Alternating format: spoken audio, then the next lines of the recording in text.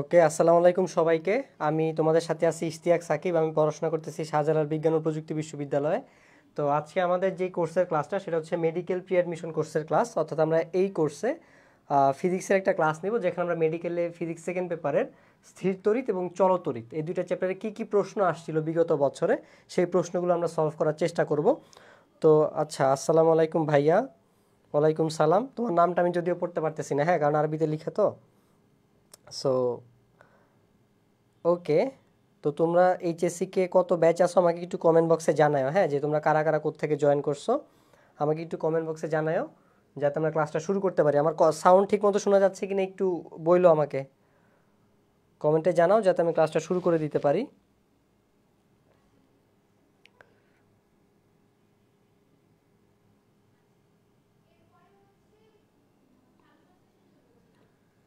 So স্থির তড়িৎ থেকে, মানে আমি যদি বলি দুইটা চ্যাপ্টারের কম্প্যারিজন করি, যে স্থির তড়িৎ এবং চলতড়িৎ, আমার এই দুইটা চ্যাপ্টারের থেকে মানে চ্যাপ্টারের মধ্যে সবচেয়ে বেশি প্রশ্ন আসে আমার চলতড়িৎ থেকে। স্থির তড়িতের তুলনায় চলতড়িৎ থেকে বেশি কোশ্চেন আসে। তো আমরা দেখব মেডিকেলের ফিজিক্স, মানে প্রি অ্যাডমিশন কোর্সের আজকের ফিজিক্স ক্লাসটা। অর্থাৎ আমরা বিগত বছরে মেডিকেলে এই দুইটা চ্যাপ্টার থেকে স্থির তড়িৎ এবং চলতড়িৎ থেকে কী কী কোশ্চেন আসছে আমরা চেষ্টা করব সেগুলো সলভ করার জন্য। তাহলে চলো দেখি আমরা শুরুতে। তো আমরা যেই কোর্সের ক্লাসটা নিচ্ছি, আচ্ছা, এইচএসসি 22 ব্যাচ ফ্রম মাগুরা। ওকে, শেষ পর্যন্ত ক্লাসে থাকো, তুমি অনেক কিছু জানতে পারবে আজকে ইনশাল্লাহ। দেখো, তো আমরা যেই কোর্সের ক্লাস নিচ্ছি এটা হচ্ছে আমাদের মেডিকেল প্রি অ্যাডমিশন কোর্স। তো যেখানে আমরা কোশ্চেন ব্যাংক সলভ করি, মেডিকেল কোশ্চেন ব্যাংক সলভিংয়ের। তো এখানে আমরা যেটা করি যে তুমি এই কোর্সে 40 থেকে 50টা রেকর্ডেড ক্লাস পাবা, 10টা এক্সাম আছে, এবং তুমি লেকচার শিট হিসেবে পাবা হচ্ছে কিউএনএ মেডিকেল অ্যানালাইসিস সিরিজ। আর এই কোর্সের ফি হচ্ছে গিয়ে মাত্র 450 টাকা। কিন্তু তুমি যদি আমার নামের কুপনটা ব্যবহার করো, SAKIB, সবগুলো ক্যাপিটাল লেটারে আছে, তাহলে তুমি হচ্ছে গিয়ে এই কোর্সে 20% ডিসকাউন্ট পাবা। ঠিক আছে? সো তোমরা যারা যারা এনরোল করতে চাও তারা এনরোল করে ফেলবা, উপরে ডেসক্রিপশনে লিঙ্ক দেওয়া আছে। বা আজকের ক্লাসটা আমি যেভাবে তোমাদেরকে সলভ করাবো দেখবা এইভাবেই হচ্ছে কি আমরা ক্লাসগুলো নেই নর্মালি। সো মানে রেকর্ডেড ক্লাসগুলো তুমি এরকমই পাবা। সো তোমরা যদি আজকের ক্লাসটা ভালো লাগে তাহলে তোমরা হচ্ছে যারা মেডিকেল প্রি অ্যাডমিশনের ফিজিক্স ক্লাসটা ভালো লাগবে তোমরা মেডিকেল প্রি অ্যাডমিশনের কোর্সটা এনরোল করতে পারো, উপরে ডেসক্রিপশনে তুমি লিঙ্কটা পেয়ে যাবা। আর যদি এনরোল করো তাহলে আমার নামের কুপন ব্যবহার করলে তুমি হচ্ছে গিয়ে 20% ডিসকাউন্ট পাবা। তো তোমরা চাইলে, তোমরা যারা জয়েন করছো তোমরা কমেন্ট বক্সে তোমাদের ফ্রেন্ডদেরকে একটু মেনশন করো, আর হচ্ছে গিয়ে লাইভটা চাইলে শেয়ার করে দিতে পারো, চাইলে তোমাদের মানে তোমার অন্য ফ্রেন্ডরাও যাতে দেখতে পারে, ঠিক আছে, আমাদের সাথে জয়েন করতে পারে। সো তোমরা অলরেডি 14 জন জয়েন করছো, যে 14 জন জয়েন করছো আমাকে একটু কমেন্ট বক্সে জানাও যে তোমরা কোথা থেকে লাইভটা দেখতেছো এবং তোমাদের এইচএসসি ব্যাচ কত, তোমাদের কলেজ কোনটা, ঠিক আছে? তাহলে চলো আমরা শুরু করে দেই। এখানে শুরুতে বলা আছে যে কম জায়গায় বেশি তড়িৎ সঞ্চয়ের জন্য নিচের কোন ধারকটি ব্যবহৃত হয়। সো আমাদের এখানে উত্তরটা হবে ইলেকট্রোলাইটিক ধারক। সো কেন আমাদের ইলেকট্রোলাইটিক হবে, তাহলে আমরা যদি ব্যাখ্যাটা দেখতে চাই, দেখো যে ইলেকট্রোলাইটিক ধারক কী জিনিস আর সিরামিক ধারক হচ্ছে গিয়ে কী জিনিস। সো এখানে বলে দেওয়া আছে যে উচ্চ ধারকত্বের জন্য এই ধারক সবচেয়ে বেশি ব্যবহৃত হয়। এবং কিসের জন্য বলো তো? উচ্চ ধারকত্বের জন্য। তাহলে রেডিওর ফিল্টার বাইপাস সার্কিটে ব্যবহৃত হলেও এসি সার্কিটে ব্যবহার করা যায় না। আর সিরামিকটা কি হয়, এটা হচ্ছে কি আমার এদের ধারকত্ব খুবই কম, মাত্র 1 পিকোফ্যারাড থেকে হচ্ছে গিয়ে 100 পিকোফ্যারাড, এবং সর্বোচ্চ সহনীয় ক্ষমতা হচ্ছে গিয়ে আমার 500 ভোল্ট পর্যন্ত। Okay, 22 batch from Magura, MD Habibullah. Okay, ঠিক আছে। তাহলে দেখো, তাহলে আমাদের প্রশ্নের অ্যান্সারটা কী হবে বলো তো? ইলেকট্রোলাইটিক ধারক। তাহলে আমরা যদি পরেরটা দেখি, আচ্ছা এটা না, এটা হচ্ছে আমাদের, দেখো এখানে বলা আছে যে পৃথিবীর বিভব কত ধরা হয়। তো এটা আমরা এসএসসিতেও যখন স্থির তড়িৎ চ্যাপ্টারটা পড়ছি আমরা জানি এটা ছোটোবেলা থেকেই, যে পৃথিবীর বিভবকে আমরা হচ্ছে গিয়ে 0 ধরে থাকি, ঠিক আছে? তাহলে আমার আনসারটা হবে গিয়ে 0 ভোল্ট। তো এটা আমি না করলেও তোমরা জানো যে আমরা পৃথিবীর বিভবকে 0 ধরে নিই। তারপরে দেখো এখানে বলা আছে যে দুটা আধানের মধ্যবর্তী দূরত্ব 3 গুণ করা হলে এর বল কত গুণ হবে। তো এটা হচ্ছে কুলম্বের সূত্র থেকে হচ্ছে প্রশ্নটা আসছে। সো আমরা যদি কুলম্বের সূত্রটা লিখি, F = 1/4 pi ইপসালন not into Q1 Q2/d²। আমি যদি তোমাকে এটা একটু ব্যাখ্যা করে বুঝাই, দেখো তোমরা জানো যেহেতু থিওরি তোমরা পারো এই চ্যাপ্টারের। সো আমাদের এইখানে ধরো Q1 চার্জ আছে, এখানে Q2 চার্জ আছে, তাহলে তাদের মধ্যবর্তী দূরত্ব হচ্ছে কি আমার D2। এখন তাদের মধ্যে সেটা কি আকর্ষণ বল হবে না বিকর্ষণ বল হবে, সেটা হচ্ছে আমরা চার্জের ধরন থেকে বুঝতে পারবো। ধরো এটা প্লাস চার্জ, এটাও প্লাস চার্জ, তাহলে আমার যে ফোর্সটা আমি পাবো সেটা হবে আমার বিকর্ষণ বল। কেন? কারণ সমধর্মী চার্জ পরস্পরকে কি করে বলো তো, বিকর্ষণ করে। যদি এইটা প্লাস হয়, এইটা প্লাস হয় এবং এইটা মাইনাস চার্জ হয়, তাহলে আমাদের ফোর্সটা হবে আকর্ষণ বল, কারণ চার্জ দুইটা বিপরীতধর্মী, তাহলে তারা পরস্পরকে আকর্ষণ করবে। এখন আমার কথা হচ্ছে আচ্ছা D2 বলছি, এটা D হবে, হ্যাঁ দূরত্বটা D হবে। তো আমি ফর্মুলাতে যখন যাব আমরা এখানে একবার এটাকে C লিখতাম, যখন আমরা 9-10 এই কুলম্বের সূত্রটা ব্যবহার করতাম তখন আমরা একবার এটাকে C লিখতাম, কুলম্বের ধ্রুবক আমরা তখন বলতাম। তারপরে দেখো তো আমরা এটা কি দেখতে পাচ্ছি, এই যে আমার বল যেটা আছে, এই যে আকর্ষণ বল বা বিকর্ষণ বল, যেই বলটাকে থাকুক না কেন সেটা কার সমানুপাতিক বলো তো, চার্জ দ্বয়ের গুণফলের সমানুপাতিক না? অর্থাৎ আমার যদি চার্জের মান আমি বৃদ্ধি করি তাহলে আমার আকর্ষণ বল বা বিকর্ষণ বলের মানটা বেড়ে যাবে, মুদ্রা কথা হচ্ছে গিয়ে বলের মানটা বেড়ে যাবে। কিন্তু দেখো এখানে সেটা দূরত্বের কি বর্গের ব্যস্তানুপাতিক, F সমানুপাতিক 1/d²। তাহলে আমরা দেখতে পাচ্ছি এটা হচ্ছে আমার দূরত্বের ব্যস্তানুপাতিক। তাহলে আমার এখানে যে কোশ্চেনটা দেওয়া আছে সেই হিসেবে দেখো এখানে কি হবে, এখানে বলছে যে দূরত্ব 3 গুণ করা হলে বল কত গুণ হবে।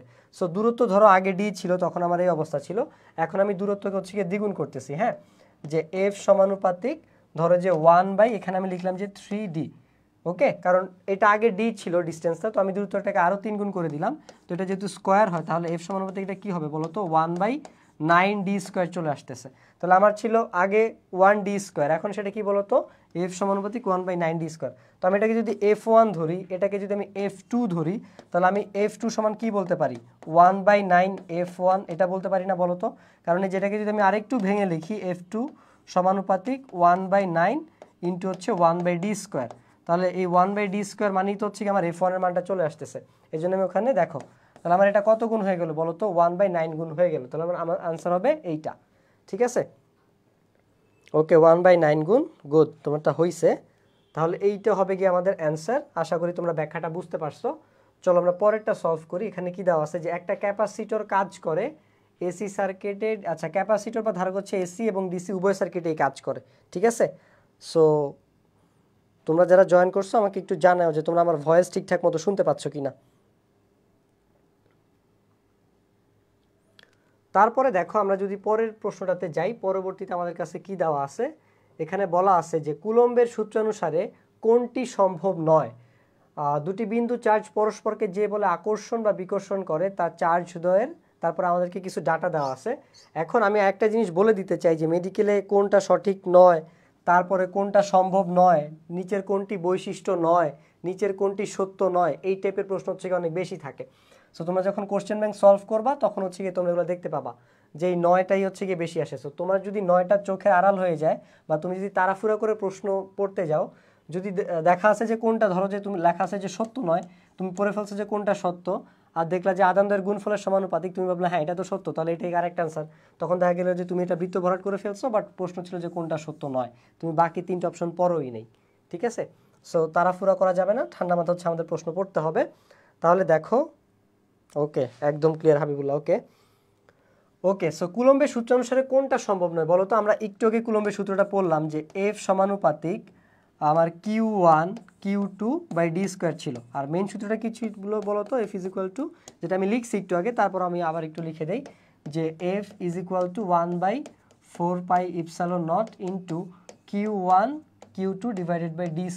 তো এই ছিল আমার Q1 চার্জটা, এই ছিল আমার Q2 চার্জটা। আমি ধরলাম যে দুইটাই প্লাস, আচ্ছা একজনকে মাইনাস ধরি, আমরা ধরলাম যে একজন প্লাস একজন মাইনাস, তারা পরস্পর ডি দূরত্বে আছে, তাদের মধ্যবর্তী দূরত্ব হচ্ছে ডি, তাদের মধ্যে যে আকর্ষণ বলটা কাজ করবে সেটা হচ্ছে কি আমার এফ, ঠিক আছে, যে আকর্ষণ বলটা কাজ করবে।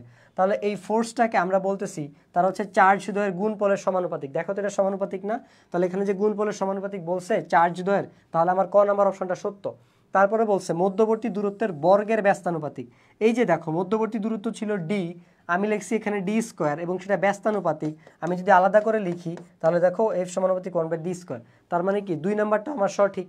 তারপরে বলছে সংযোগ সরল রেখা বরাবর ক্রিয়া করে, অর্থাৎ এই যে আকর্ষণ বলটা এটা হচ্ছে ওদের সংযোগ সরল রেখা বরাবর ক্রিয়া করে, এটাও হচ্ছে গিয়ে সঠিক। তাহলে বাকি থাকে একজন, তাহলে আমরা একজনকে দাগায় দিতে পারি, কিন্তু মেডিকেল এটা করা যায় না। দেখা যায় অনেক সময় আমার কারেক্ট অ্যান্সার থাকে না, অথবা দেখা যায় আমার 2টা কারেক্ট অ্যান্সার থাকে।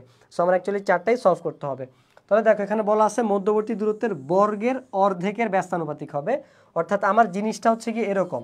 কিন্তু আমি যদি এই অপশন মতো চিন্তা করতে যাই, অর্থাৎ আমার 4 নাম্বার অপশনটা, তাহলে আমার জিনিসটা দাঁড়ায় F সমানুপাতিক 1/d/2 হোল স্কোয়ার, তাই তো? যে দূরত্বের বর্গের অর্ধেকের ব্যস্তানুপাতিক। আচ্ছা, দূরত্বের বর্গের অর্ধেকের ব্যস্তানুপাতিক। কিন্তু আমার বলো তো, আমার মেইন সূত্রে কি এরকম d²/2 ছিল? d²/2 ছিল না, আমার ছিল 1/d²। তার মানে আমার এটা সত্য হবে না। যেহেতু এটা সত্য হবে না আর এটাই সম্ভব নয় চাইছে আমার কাছে, তাহলে আমার এটাই হবে গিয়ে আনসার। অলরেডি একজন বলে দিছে যে ডি হবে। আচ্ছা, রাজ সাবা, আসসালামু আলাইকুম ভাই। ওয়ালাইকুম সালাম। ওকে রাজ সাবা, তোমার এইচএসসি ব্যাচটা আমাকে একটু জানাও কমেন্ট বক্সে। দেখো, সো নিম্নের কোনটা স্কেলার রাশি? আমরা ছোটবেলা থেকেই জানি তড়িৎ প্রাবল হচ্ছে গিয়ে ভেক্টর রাশি, তাই না? তারপরে তড়িৎ বিভব একটা স্কেলার রাশি, ভরবেগ হচ্ছে গিয়ে আমাদের ভেক্টর রাশি। যদিও ভর স্কেলার রাশি, কিন্তু ভরবেগ হচ্ছে গিয়ে আমাদের ভেক্টর রাশি, বেগও হচ্ছে গিয়ে আমাদের ভেক্টর রাশি। তাহলে আমাদের স্কেলার রাশি কে বলো তো? আমাদের স্কেলার রাশি হচ্ছে গিয়ে তড়িৎ বিভব। সো তড়িৎ বিভব জিনিসটা কি? ধরো তুমি, এটা হচ্ছে গিয়ে আমার তড়িৎ ক্ষেত্র প্লাস কিউ চার্জের একটা তড়িৎ ক্ষেত্র। তড়িৎ ক্ষেত্র কি জিনিস? ধরো আমি একটা চার্জ, তো আমার এই চার্জের বৈশিষ্ট্যটা যেই একটা ডিস্টেন্স পর্যন্ত থাকবে, এরিয়া পর্যন্ত থাকবে, তো ওইটা হবে আমার তড়িৎ ক্ষেত্র। সো ধরো আমরা এই প্লাস কিউ চার্জটাকে এখানে রাখলাম, তাহলে এটা তড়িৎ ক্ষেত্র আমি ধরলাম যে এই পর্যন্ত হচ্ছে গিয়ে আমার বিস্তৃত আছে, ঠিক আছে? এখন এটা যে ওর তড়িৎ ক্ষেত্র যে এই পর্যন্ত বিস্তৃত আছে, আমি কিভাবে বুঝবো? আমি সেভাবেই বুঝবো, যখন আমি এখানে একটা প্লাস কিউ চার্জ আনবো, তাহলে দেখবো যে কোনো ধরনের মানে কোনো বিকর্ষণ হচ্ছে না। কিন্তু আমরা কি জানি বলো তো? সমধর্মী চার্জ পরস্পরকে বিকর্ষণ করে। তাহলে আমি বুঝতে পারলাম যেখানে তুমি প্লাস কিউ চার্জটাকে আনি, এটা অ্যাকচুয়ালি বিকর্ষিত হচ্ছে না। তার মানে এই চার্জ এই চার্জের উপরে কোনো প্রভাব ফেলতেছে না। আমি যদি এটাকে আরও কাছে নিয়ে আসি, এইখানে নিয়ে আসি প্লাস কিউ, আমি দেখবো এই চার্জটা আমার এদিকে বিকর্ষণ বল লাভ করতেছে। কেন বিকর্ষণ লাভ করতেছে? কারণ স্টিল এই জায়গাটার মধ্যে, এই এরিয়া জুড়ে আমার এই চার্জের প্রভাবটা বিস্তার মানে করা আছে। এই জন্য আমরা এটাকে কি বলবো বলো তো? মানে এটাকে বলবো আমরা যে এই প্লাস কিউ চার্জের তড়িৎ ক্ষেত্র। আর এটা প্লাস কিউ দেখেই প্লাস কিউকে বিকর্ষণ করতেছে। আমরা আরেকভাবে চেক করতে পারি, ধর আমি এখানে মাইনাস কিউ আনলাম, তখন দেখবো মাইনাস কিউকে আকর্ষণ করতেছে। তো যতটুকু অঞ্চল জুড়ে ওর এই প্রভাবটা বিস্তার থাকবে, এই চার্জের প্রভাবটা এরকম বিস্তার থাকবে, অতটুকু অঞ্চলকে আমরা বলতেছি তড়িৎ ক্ষেত্র। সো তুমি অসীম দূরত্ব থেকে কোনো চার্জ যদি তড়িৎ ক্ষেত্রের কোনো বিন্দুতে আনতে চাও, তাহলে যে কাজ সম্পন্ন করতে হয় তাকে আমরা বলতেছি বিভব। তাহলে আমরা বিভবকে কি বলতে পারি বলো তো? এক ধরনের কাজ। তাহলে কাজ যেহেতু স্কেলার রাশি, আমাদের তড়িৎ বিভবও কি হবে বলো তো? স্কেলার রাশি হবে। সো অ্যান্সারটা তড়িৎ বিভব ঠিক আছে, বাট ব্যাখ্যাটা বুঝছো কিনা আমাকে জানাও কমেন্ট বক্সে হাবিবুল্লাহ, যে তুমি আমার ব্যাখ্যাটা বুঝতে পারছো কিনা। তারপরে দেখো, নিম্নের কোনটি শূন্যস্থানের জন্য প্রযোজ্য? সমান ধারকত্বের 4টি ধারকের সমান্তরাল সমবায় থাকাকালীন তুল্য ধারকত্ব শ্রেণীবদ্ধ সমবায় থাকাকালীন তুল্য ধারকত্বের কত গুণ হবে? তো হাবিবুল্লাহ এতক্ষণ আগে আগে সব অ্যান্সার বলে দিছো। তুমি আমাকে একটু কমেন্ট বক্সে জানাও যে এটার অ্যান্সার কত হবে, ঠিক আছে? ওকে, চলো আমরা এটা করতে থাকি। তো আমরা তুল্য রোধ কীভাবে হিসাব করতাম বলো তো? যখন আমার সিরিজে বা হচ্ছে গিয়ে আমার শ্রেণীতে থাকতো, তখন আমি বলতাম যে আমার সিএস হচ্ছে গিয়ে ডাইরেক্ট বাংলা যোগ করতাম আমরা, C1 C2 plus C3 plus C4। আর যদি আমার হচ্ছে গিয়ে সমান্তরালে থাকতো বা হচ্ছে গিয়ে আমি যদি বলি যে প্যারালালে থাকতো, হ্যাঁ প্যারালালে থাকতো, তুল্য রোধের কথা বলতেছি, হ্যাঁ ধারকের কথা কোনো বলি নাই, তখন আমরা কি বলতাম যে 1/, আচ্ছা আর লিখতাম আমরা লিখতাম হচ্ছে গিয়ে আর, বাট আমি ধরো এখানে সি দিয়ে তোমাকে বুঝাচ্ছি, ঠিক আছে? আচ্ছা আর লিখি তুল্য রোধ। তো শ্রেণীতে থাকতে আমরা তুল্য রোধ কি লিখতাম বলো তো? RS = R1 প্লাস R2, এভাবে আমরা যোগ করে যেতাম। আর যখন আমরা সমান্তরাল হিসাব করতাম, আমরা লিখতাম 1/R plus 1/RP plus 1/R1 plus 1/R2, এইভাবে হচ্ছে কি আমরা হিসাব করতাম। কিন্তু ধারকের ক্ষেত্রে, ওকে জি ভাইয়ানা বলো যে এটার উত্তর কি হবে? তুমি বলো যে এটার উত্তর কত নাম্বারটা হবে? তাহলে দেখো, আমরা ধারকের ক্ষেত্রে এটা লিখতাম না বলো তো? আমরা ধারকের ক্ষেত্রে হচ্ছে কি এইভাবে লিখতাম, সরি রোধের ক্ষেত্রে এইভাবে লিখতাম, কিন্তু ধারকের ক্ষেত্রে এই পুরা জিনিসটা উল্টা হয়ে যাবে। এই যে এটা লিখছি আমরা বাংলা যোগ একদম ডাইরেক্ট বীজগাণিতিক যোগ কখন লিখতাম আমরা বলো তো? সিরিজে লিখতাম, কিন্তু এখন আমরা এটা লিখবো সমান্তরালে। এটা হচ্ছে ধারকের ক্ষেত্রে। সো যদি সমান্তরালে যুক্ত থাকে, তাহলে ধারকের ক্ষেত্রে আমরা ক্যাপাসিটর যেহেতু সি দিয়ে হিসাব করি, সেটা হয়ে যাবে সিপি, পি দিয়ে প্যারালাল বোঝাচ্ছে, আর এগুলো হয়ে যাবে আমার C1 plus C2 plus C3 plus C4। 4 পর্যন্ত কেন গেছি? 4টা বলছে, কিন্তু এগুলার মান হবে সবগুলার সি। কেন সবগুলার মান সি হবে ভাই?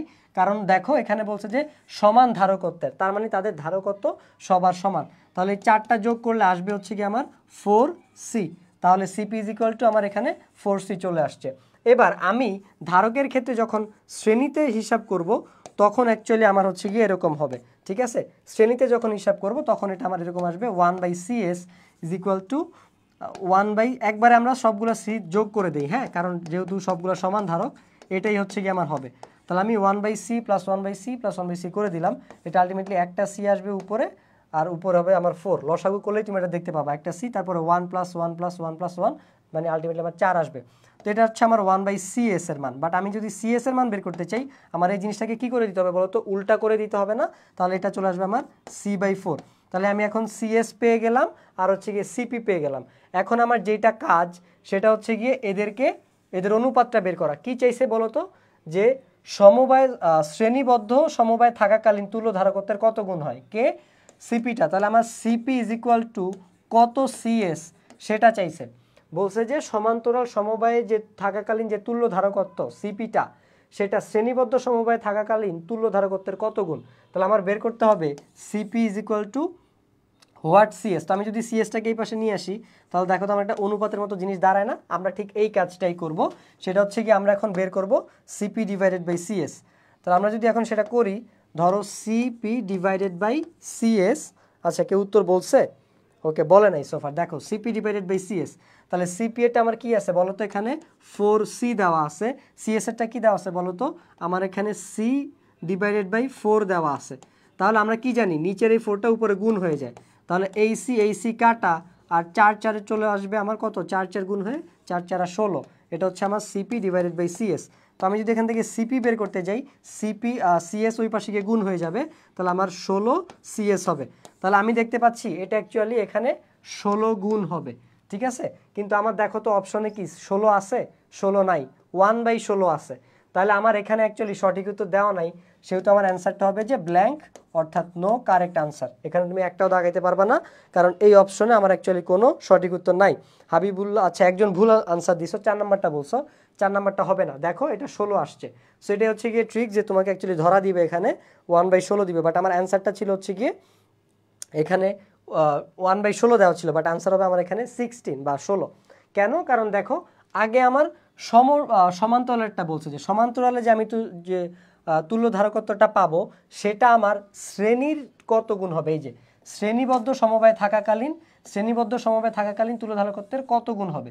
সো এখানে তোমার হোয়াট সাইন ছিল, হ্যাঁ, ড্যাশ দেওয়া ছিল।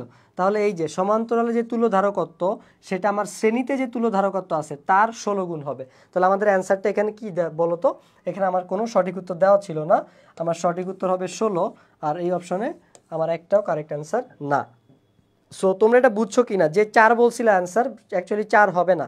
সো তোমরা যে 22 জন আসো ক্লাসে, তোমরা আমাকে একটু জানাও যে তোমাদের এই যে ব্যাখ্যাটা আমি তোমাদেরকে বুঝাইলাম, তোমরা বুঝছো কি না আমাকে একটু কমেন্ট বক্সে বলো। তাহলে আমি হচ্ছে গিয়ে পরবর্তী কোশ্চেনে সলভ করতে যাব, ঠিক আছে। আমি তোমাদের কমেন্টের জন্য ওয়েট করতেছি। সো তোমরা আমাকে বলো যে তোমরা এই ব্যাখ্যাটা বুঝতে পারছো কিনা।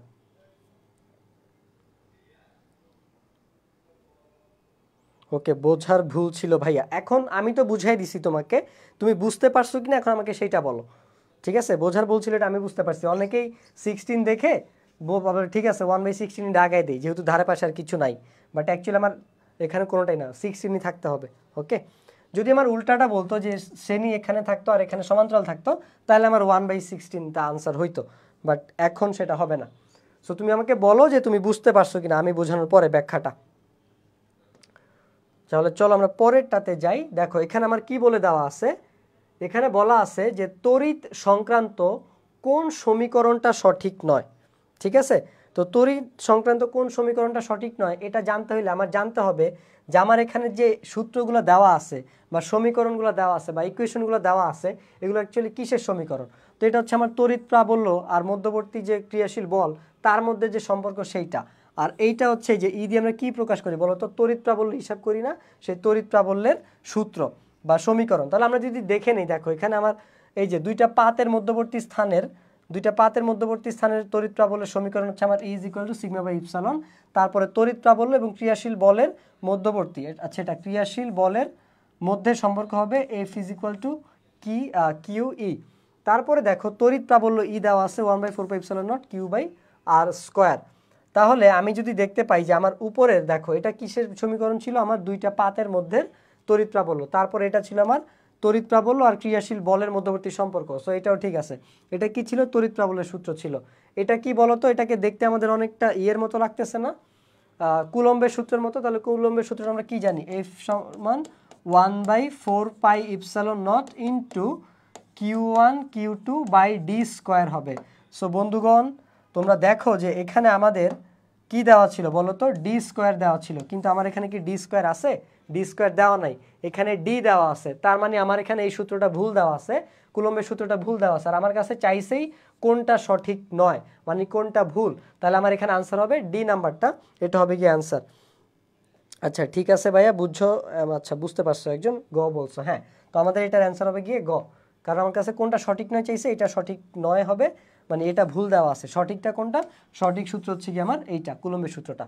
So okay, thank you so much যারা হচ্ছে ক্লাসে একটু ইন্টারেক্টিভ আসো, যারা কমিউনিকেট করতেছো আমার সাথে কমেন্ট বক্সে। দেখো, সো আমরা তোমরা যারা জানো না অ্যাকচুয়ালি আমরা কিসের ক্লাস নিচ্ছি আজকের লাইভটা। সো এই লাইভটা হচ্ছে বেসিক্যালি আমাদের মেডিকেল কোশ্চেন ব্যাংক সলভিং, অর্থাৎ যেটাকে আমরা বলতেছি মেডিকেল প্রি অ্যাডমিশন কোর্স, সেটার সেকেন্ড ব্যাচের একটা ফ্রি লাইভ আমরা তোমাকে দেখাচ্ছি যে আমরা আসলে কীভাবে এই ক্লাসগুলো নেই, সেটার একটা ডেমো তোমাকে আমরা দেখাচ্ছি। সো তুমি যদি কোর্সটা এনরোল করো, উপরে তুমি লিঙ্কে ডেসক্রিপশনে পেয়ে যাবা লিঙ্কটা, তাহলে তুমি হচ্ছে রেকর্ডেড ক্লাস পাবা 40 থেকে 50টা, আমার হিসাব মতো আরও বেশি পাওয়ার কথা। এক্সাম হচ্ছে গিয়ে 10টা পাবা, আর লেকচার শিট হিসেবে তুমি কিউএনএ মেডিকেল অ্যানালিসিস সিরিজের ইয়াটা পাবা, লেকচার শিটটা পাবা। সো এই কোর্সের ফি হচ্ছে গিয়ে মাত্র 450 টাকা। সো তুমি যদি আমার নামের কুপন ব্যবহার করো তাহলে তুমি আরও কম দামে 360 টাকা দিয়ে সেটা নিতে পারবা, কারণ তুমি হচ্ছে এই কুপন কোডটা ব্যবহার করলে 20% ডিসকাউন্ট পাবা। ঠিক আছে? সো তোমরা আশা করি আমার নামের যারা কোর্সে এনরোল করতে চাও, তোমরা আমার নামের কুপন কোডটা ব্যবহার করলে 10% ডিসকাউন্ট পাবা। ঠিক আছে, মানে 20% ডিসকাউন্ট পাবা, সরি। সো এই মেডিকেল প্রি অ্যাডমিশন কোর্সের এইটাই ছিল কথাবার্তা। তাহলে চলো আমরা পরের প্রশ্নটা সলভ করি। এখানে দেওয়া আছে যে আধান সংক্রান্ত নিম্নের কোন তথ্যটি সঠিক নয়। তো এখানে দেওয়া আছে যে ঘর্ষণের ফলে চার্জ সৃষ্টি হয়, এই কথাটা সত্য না। অ্যাকচুয়ালি আমরা কি জানি বলতো, যে আধান কখনো সৃষ্টি বা ধ্বংস হয় না, এটা হচ্ছে কি হয়, স্থানান্তরিত হয়। তাহলে এখানে যে বলছে চার্জ সৃষ্টি হয়, কথাটা কি ঠিক? এই কথাটা ঠিক না। তারপর এখানে দেওয়া ইলেকট্রনের আদান ইজ ইকুয়াল টু 1.6 × 10⁻⁹। ইলেকট্রনের ঘাটতি হচ্ছে, এটা ঠিক না ভুল এটা আমি একটু পরে তোমাকে ব্যাখ্যা দিচ্ছি। তোমরা আমাকে বলো তো বিটা সঠিক কিনা, বিটা সঠিক কিনা আমাকে একটু কমেন্ট বক্সে জানাও, যে যারা ক্লাসটা করতেছো, যেই 22 জনের মতো আসো তোমরা একটু জানাও। তারপরে দেখো ইলেকট্রনের ঘাটতি হচ্ছে ধনাত্মক চার্জ, তো এটা দিয়ে আমার অ্যাকচুয়ালি ক্যাটায়নকে বুঝাইছে। ধরো আমার সোডিয়াম আছে, সোডিয়ামে কয়টা, সোডিয়ামের পারমাণবিক সংখ্যা হচ্ছে 11। তো একটা নিরপেক্ষ পরমাণুতে আমার 11টা প্রোটন থাকে, 11টা ইলেকট্রন থাকে। তো আমি যদি সোডিয়াম প্লাস লিখি সেটা কি বুঝায় বলো তো, যে 11টা প্রোটন আছে আর 10টা ইলেকট্রন আছে, অর্থাৎ একটা প্লাস মানে এই ব্যাটা হচ্ছে কি একটা ইলেকট্রন ছেড়ে দিছে। আমি যদি 2+ লিখি তাহলে এখানে 9 ইলেকট্রন বুঝাবে, মানে হচ্ছে কি ও 2টা ইলেকট্রন ছেড়ে দিছে, অর্থাৎ আমার ওর এখানে প্রোটন সংখ্যা থেকে ইলেকট্রন সংখ্যাটা কম, ওর ইলেকট্রনের ঘাটতি আছে। তাহলে ইলেকট্রনের ঘাটতি হচ্ছে ধনাত্মক চার্জ, এই কথাটা ঠিক আছে না? এই কথাটা হচ্ছে কি আমার ঠিক আছে। তারপরে দেখো Q is equal to +-NE, তো এই কথাটা হচ্ছে কি আমার ঠিক আছে। তো একজন যাকে আমি বলছিলাম যে বি ঠিক আছে কিনা বলো, তো সে বলছে যে বি রাইট, ঠিক আছে, বি ঠিক আছে, সে আমাকে রিপ্লাই দিছে। বাট অ্যাকচুয়ালি ভিটা আমার ভুল আছে। কেন বিটা ভুল আছে? কারণ ইলেকট্রন ঋণাত্মক চার্জে চার্জিত, তাহলে আমার এই সংখ্যার আগে একটা মাইনাস বসবে, এই মাইনাসটা এখানে দেওয়া ছিল না। তাহলে দেখো আমার এই কোশ্চেনের অ্যান্সার কিন্তু দুইটা, এইটাও অ্যান্সার আবার এইটাও অ্যান্সার, কারণ এই দুইটাই অ্যাকচুয়ালি ভুল দেওয়া আছে। ঠিক আছে, বি নেগেটিভ হবে। ইয়াস, তুমি এখন ধরতে পারছো, খ ভুল একজন বলছিলা। ওকে,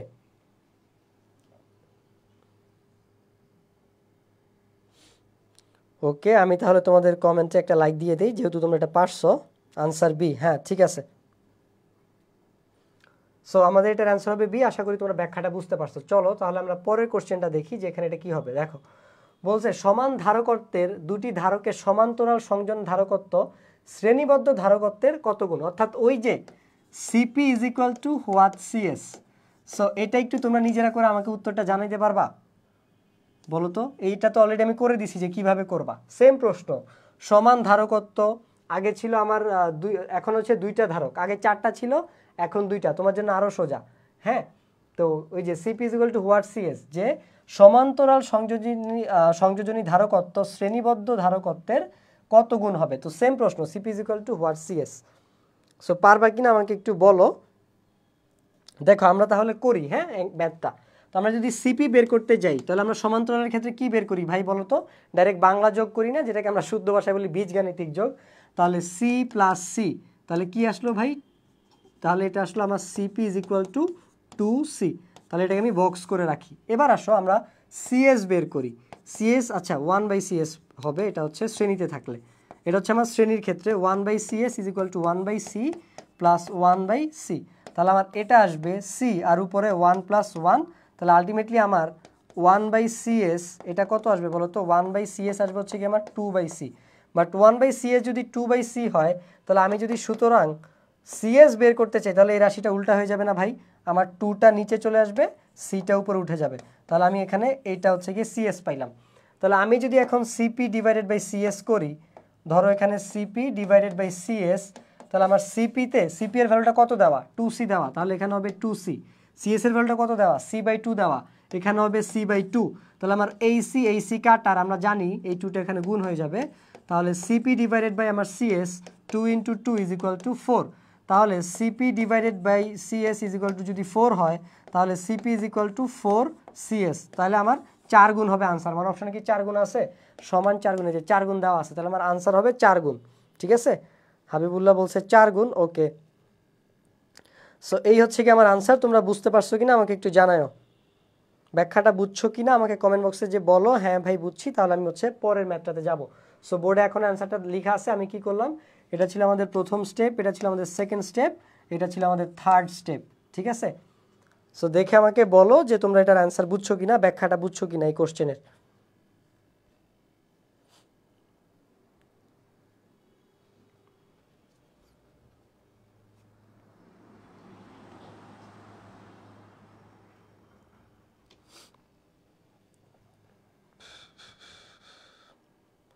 ওকে, চলো তাহলে আমরা হচ্ছে গিয়ে পরের প্রশ্নে যাই। যে পরের প্রশ্ন আমাদেরকে কি বলে দেওয়া আছে, একটা পরিবাহকের ধারকত্ব দেওয়া আছে 40 ফ্যারাডে, তারপরে এতে কত আদান প্রদান করলে বিভব 8 ভোল্ট হবে।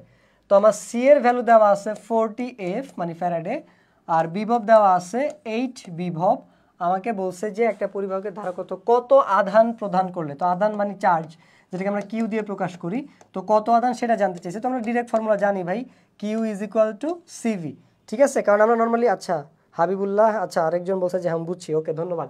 দেখো আমরা কি জানি বলো তো, চার্জ হচ্ছে কি আমার বিভব পার্থক্যের সমানুপাতিক। তাহলে আমি যদি এখানে একটা লিখতে চাই, সমান লিখতে চাই, তাহলে আমরা ওখানে সিটা নিয়ে আসি ধ্রুবক হিসেবে, আর এই সিটা হচ্ছে আমার ধারকত্ব। অর্থাৎ আমার 1 ভোল্ট বিভব তৈরি করতে যে পরিমাণ চার্জের আদান প্রদান করতে হয়, ওটাই হচ্ছে আমার 1 ফ্যারাডে আর কি।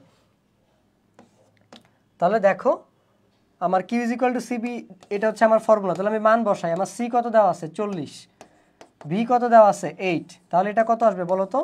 Q is equal to 320 volt. ঠিক আছে, সরি ভোল্ট বলতেছি, কুলম্ব হবে।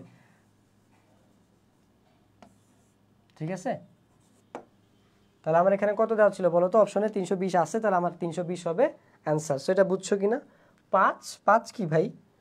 5 তো হবে না, তুমি কি ভাগ করছো? গুণ হবে ভাই, সূত্র গুণ দেওয়া, Q is equal to CB এটা। ঠিক আছে, ভাগ না হাবিবুল্লাহ, এটা গুণ হবে সূত্রটা 320। ওকে, তাহলে চলো আমরা পরের প্রশ্নে যাই। এখানে দেওয়া আছে যে কোন সূত্রটা সঠিক, তাই না? আচ্ছা সঠিক নয়, নিম্নের কোনটি সঠিক নয়। তো এখানে ওরা ধারকত্বে যে সঞ্চিত শক্তি সেটা হচ্ছে কি আমার জানতে চাইছে। তো এই সূত্রটা আমরা কি জানি বলো তো? E is equal to half, মানে মেইন সূত্রটা যদি আমি লিখি যে E is equal to half Q V, তাহলে এখানে কি হাফ কিউ ভি আছে? তো এটা তো নগদেই সঠিক। এখন কিউ ইজ ইকুয়াল টু আমি একটু আগে কি লিখছিলাম ভাই? কিউ ইজ ইকুয়াল টু আমি একটু আগে লিখছি হচ্ছে কি সিবি, লিখছি না একটু আগে? তাহলে ধরো এটা তো সঠিক হয়ে গেল, এটাকে বক্স করে ফেলি। এবার আমরা পরেরটা করি, ইজ ইকুয়াল টু হাফ, এই যে Q is equal to CB লিখছি না, তাহলে আমি কিউ এর জায়গায় এখন সিভি বসাবো, সিভি ইন্টু এখানে ভি ছিল ভি। তাহলে আমার ইজ ইকুয়াল টু কি পাবো বলো তো? সি একটা সি আর দুইটা বি গুণ হয়ে কি হয়ে যাবে? Half CB square. তাহলে আমি হাফ সিবি স্কোয়ার আরেকটা ফর্মুলা পাইছি, এখানে কি হাফ সিবি স্কোয়ার আছে? আছে, তার মানে আমার এটাও সত্য।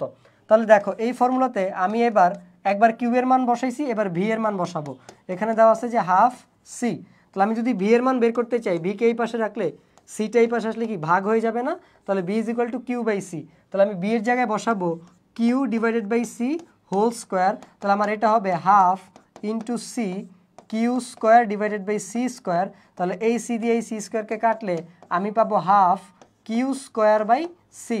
তাহলে is equal to half Q square by C, এটা হচ্ছে কি আমার ফর্মুলা, যেটা আমার দেখো 1 নম্বরে দেওয়া আছে। তাহলে এটাও সঠিক, এটাও সঠিক, এটাও সঠিক।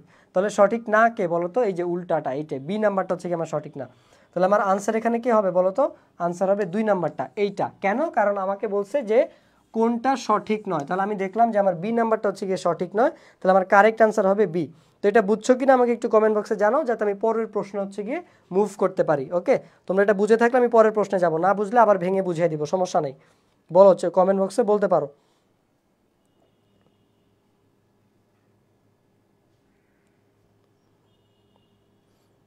ওকে, আমি একটু লাইভটা শেয়ার করে দিই।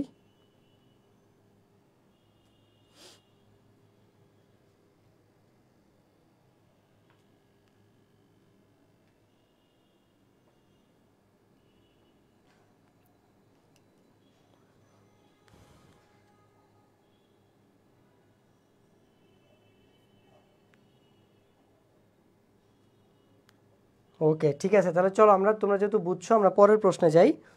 তো পরের প্রশ্ন আছে, এখানে দেখো, এখানে লিখে দেওয়া আছে ধারকের শক্তি সমীকরণটা। ঠিক আছে, এই যে ইজ ইকুয়াল টু হাফ কিউবি, তারকে ভেঙে আমরা পাই কিউ স্কোয়ার বাই সি, তার থেকেও আমরা যদি আমরা পাই হাফ সি বি স্কোয়ার। এগুলো কীভাবে পাই আমি কিন্তু তোমাদেরকে করে প্রত্যেকটা জিনিস ভেঙে ভেঙে দেখাইছি। তাহলে এই ছিল আমাদের স্থির তড়িৎ থেকে আসা প্রশ্নগুলো। তাহলে চলো এবার আমরা হচ্ছে চলতড়িতের প্রশ্নগুলো দেখি। ঠিক আছে, যে চলতড়িৎ থেকে আমার কি কি কোশ্চেন আসে। সো দেখো, তাহলে চলতড়িৎ, আমরা স্থির তড়িৎ থেকে কি বুঝতে পারলাম বলো তো? যে স্থির তড়িৎ থেকে আমার ধারকের এবং কুলম্বের সূত্র থেকে অনেকগুলো প্রশ্ন আসে, বা এই টপিকটা হচ্ছে ধারক রিলেটেড টপিকটা হচ্ছে কি আমার ইম্পর্টেন্ট। তারপরে কুলম্বের সূত্র ইম্পর্টেন্ট, তারপরে হচ্ছে কি আমার সূত্রগুলো জানতে হবে, একক জানতে হবে, এই জিনিসগুলো জানা জরুরি। এই প্রশ্ন থেকে আমি যদি এই চ্যাপ্টার থেকে কমন পাইতে চাই, মানে স্থির তড়িৎ থেকে আমি যদি আমার কোশ্চেন কমন পাইতে চাই। ঠিক আছে, চলো আমরা আবার আরেকটু ঘুরে আসি যে আমরা কী কী প্রশ্ন অ্যাকচুয়ালি পাইছিলাম। ঠিক আছে, ওকে, আমাদের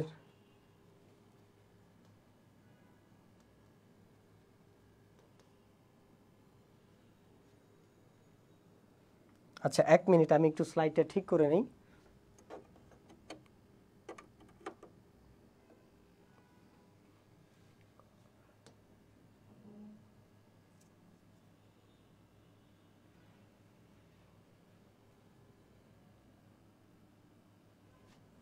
সো দেখো, আমরা পুরো স্লাইডটা আবার একটু ঘুরি যে আমাদের কি কি টপিক ইম্পর্টেন্ট ছিল। দেখো, এখানেও আমার ইলেকট্রোলাইটিক ধারক ছিল, মানে ধারক ছিলই, তারপরে পৃথিবীর বিভব ছিল। সো আমরা কুলম্বের সূত্র পাইছিলাম আমরা এখান থেকে। সো ধারক থেকে আমরা দেখো প্রত্যেকটা স্কেলার রাশি, ভেক্টর রাশি ছিল, এটাও ধারকত্বের প্রশ্ন ছিল। তো মোটামুটি বলা যায় ধারক হচ্ছে কি আমার এই চ্যাপ্টারে একটা হট টপিক ছিল। ঠিক আছে, তো ধারক, তারপর হচ্ছে কি আমার বিভব, এই টপিকটা ছিল ইম্পর্টেন্ট। তাহলে চলো আমরা চলতড়িতেরটা দেখি, যে চলতড়িৎ থেকে কি কি প্রশ্ন আসে। নিচের কোন যন্ত্রের সাহায্যে বিভব পার্থক্য এবং তড়িৎ চালক শক্তি নির্ণয় করা যায়? তুমি আগে আমাকে বলো যে গ্যালভানোমিটার দিয়ে আমরা কি করতে পারি। গ্যালভানোমিটার দিয়ে আমরা হচ্ছে গিয়ে তড়িৎ প্রবাহের, মানে তড়িতের অস্তিত্ব এবং পরিমাপ করতে পারি, তাই তো? পরিমাণটা নির্ণয় করতে পারি গ্যালভানোমিটার দিয়ে, যে সেটাতে আসলে তড়িৎ প্রবাহ আছে কি নাই, সেই অস্তিত্বটা এবং পরিমাণটা আমরা নির্ণয় করতে পারি। ওহমিটার দিয়ে আমরা কি করি ভাই? আমরা হচ্ছে রোধ পরিমাপ করি। আমরা অ্যামিটার দিয়ে কি করি? অ্যাম্পিয়ার এককে তড়িৎ প্রবাহ মাপতে পারি। তাহলে বাকি থাকে কি বলতো? পটেনশিওমিটার। এই পটেনশিওমিটার হবে আমার এই কোশ্চেনের আনসার, যেটা দিয়ে আমি কি করতেছি? বিভব পার্থক্য এবং তড়িৎ চালক শক্তি নির্ণয় করতেছি। ঠিক আছে, আশা করি তোমরা এটা বুঝতে পারছো। তাহলে চলো, কই হাবিবুল্লাহ, কই উত্তর দিচ্ছ না কেন? দেখো, একটা তো পরে দেওয়া আছে যে একটা 20 ভোল্ট 40 ওয়াট বাল্বের মধ্য দিয়ে কি পরিমাণ তড়িৎ প্রবাহিত হবে। সো আমার কাছে এখানে আই জানতে চাওয়া হয়েছে, যে I is equal two what. আমাকে এখানে 40, আচ্ছা ভি দেওয়া আছে এখানে, তাই না? ভি দেওয়া আছে হচ্ছে কি আমার 220 ভোল্ট, আর এখানে ওয়াট যেহেতু এটা পি দেওয়া আছে, ক্ষমতা দেওয়া আছে আমার 40 ওয়াট। তো আমরা ফর্মুলা কি জানি বলো তো? P is equal to V I. তাহলে আমি যদি আইকে এই পাশে রেখে দেই, ভিকে এদিকে নিয়ে আসি, তাহলে এটা হয়ে যায় পি বাই ভি। তাহলে আই ইজ ইকুয়াল টু আমার দাঁড়াচ্ছে পি বাই ভি। আমার পি এ ছিল 40 আর ভি এর ভ্যালু ছিল 220। আমি যদি মানটা বসায় দেই, তাহলে 0 0 কাটা, 4কে যদি ভাগ করি তাহলে 0.18 এই টাইপের একটা মান আসবে, যেটা হচ্ছে কি আমার কত বলো তো? অপশনে 0.18 নাই, তো আমরা এটাকে অ্যান্সার বলে দিতে পারি, যেহেতু কাছাকাছি একটা ভ্যালু আসে। ঠিক আছে, 0.2, তো দশমিকের পরে, তো আমরা এটাকে অ্যান্সার বলে দিতে পারি, কোনো প্রবলেম নেই। 0.8 সামথিং একটা ভ্যালু আসবে, যেটা আমার অলমোস্ট 0.2। সো এটা হবে আমার 0.2 অ্যাম্পিয়ার অ্যান্সারটা। সো যেটা ইকুইভ্যালেন্ট আমরা লিখে দিতে পারি 0.2 অ্যাম্পিয়ার। সো আশা করি এটা বুঝতে পারছো। চলো আমরা এটা করি, মানে পরেরটা করি তাহলে। দেখো এখানে, আচ্ছা এখানে যে আমি যে সূত্রটা এখানে লিখলাম যে P is equal to VI, তো এই রিলেটেড আরও, এটা তো ছিল আমার তড়িতের সাথে, ঠিক আছে। দেখো P is equal to VI, so এটা ছিল আমার তড়িৎ সম্পর্কের সাথে ক্ষমতার যে সূত্রটা সেটা। তো এটা যদি আর এর সাথে থাকতো তাহলে আমি কি করতাম, এই সূত্রটা ব্যবহার করে আমার ম্যাথ করা লাগতো। সেটা কি ছিল বলো তো ভাই? দেখো ধরো এখানে আমার তড়িৎ প্রবাহ চাই নাই, এই প্রশ্নটাতে আমার চাইছে, রোধ চাইছে, তাহলে কিন্তু আমি আর P is equal to VI এই ফর্মুলাটা ব্যবহার করতাম না, কারণ তখন আমি ফর্মুলা ব্যবহার করতাম ভি স্কোয়ার বাই আর। তখন আমার এখানে আর বের করার জন্য ভি স্কোয়ার বাই পি হচ্ছে গিয়ে ফর্মুলা হইতো। তখন আমি ভি স্কোয়ারের জায়গায় 220 বসাইতাম, পি এর জায়গায় 40 বসাইতাম, তারপর হচ্ছে আমি আর বের করতাম। সো এই জন্য পি রিলেটেড যত সূত্র আছে তুমি এগুলো বই থেকে ঠোঁটস্থ করবা, কারণ ভাই এই সূত্রগুলো দিয়ে ম্যাথ আসে। আমরা সামনে আরও দেখবো চলতরিতের যে সূত্রগুলো দিয়ে ম্যাথ আসে। তারপরে দেখো এখানে কি দেওয়া আছে, যে কিলোওয়াট ঘন্টার সাথে জুলের সম্পর্ক কোনটি? তো ভাই কিলোওয়াট ঘন্টার সাথে জুলের সম্পর্ক কি? আগে বলো যে 1 কিলোওয়াট আওয়ার, তাই তো? কিলোওয়াট ঘন্টাকে ইংলিশে লিখলাম আর কি। সো 1 কিলোওয়াটকে যদি আমি ওয়াটে কনভার্ট করতে চাই সেটা হয়ে যায় আমার 1000 ওয়াট না বলো তো? কারণ আমরা জানি 1 কিলোওয়াট সমান 1000 ওয়াট। তো আওয়ারের জায়গায় আমার আওয়ার আছে এইচ, বা তুমি এটাকে ডাইরেক্ট এইচ আরও লিখতে পারো, সমস্যা নেই, আমি এইচ লিখলাম। তো এবার আমরা 1000 ওয়াট, এবার চিন্তা করো ডব্লিউ ইজ ইকুয়াল টু কি ভাই? পিটি না? পি এর একক কি? ওয়াট। টি এর একক কি? সেকেন্ড। তাহলে আমি যদি জুলটা পাইতে চাই, মানে সরি, আমরা তো একবার এটাকে জুলও লিখতে পারি, এই যে ওয়াট সেকেন্ডকে, তাই তো? তাহলে আমার এখানে ওয়াট সেকেন্ড একক আসার কথা, আমার এখানে ওয়াট আসছে কিন্তু এখানে আওয়ার আসছে ভাই, সেকেন্ড এককে নিতে হবে। তাহলে 1 ঘন্টায় কত সেকেন্ড হয় বলো তো? 3600 সেকেন্ড। কিভাবে? দেখো 1 ঘন্টায় হচ্ছে গিয়ে আমার 60 মিনিট, আবার 1 মিনিট হচ্ছে গিয়ে 60 সেকেন্ড। তাহলে 60কে যদি আমি মিনিটকে যদি আমি সেকেন্ডে কনভার্ট করতে যাই আবার 60 দিয়ে গুণ দিতে হয়, ওইভাবে হচ্ছে গিয়ে আমার এই যে 3600 চলে আসে। এই জন্য 1 ঘন্টা সমান 3600 সেকেন্ড। তাহলে আমি এখানে আবার 3600 দিয়ে গুণ করে দিব, 3600 সেকেন্ড হবে।